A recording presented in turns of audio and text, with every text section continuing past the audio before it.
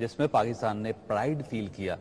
ہم اس سے پہلے پریشان بھی تھے اپنی حفاظت کے حوالے سے, سیکیورٹی کے حوالے سے. ڈاکٹر عبدالقدیر صاحب کے کنٹریبیوشن سے پاکستان نیوکلیر پاور بنا, اور میں پروگرام کے درمیان میں بھی کہہ چکا ہوں کہ جب تک یہ ملک سلامت ہے, ہم سب یا ہماری نسلیں سلامت ہیں, ڈاکٹر عبدالقدیر صاحب کا احسان ہماری گردن پہ رہے گا, اور ہمیشہ قوم ان کو سلیوٹ کرتی رہے گی. میری طرف سے سلیوٹ قبول کریں. اور یہ 18 کروڑ لوگ آپ کے ساتھ ہیں. اللہ تعالیٰ آپ اور آپ کے اہل خانوں کو ہر قسم کی مصیبت سے محفوظ رکھے. اللہ حافظ.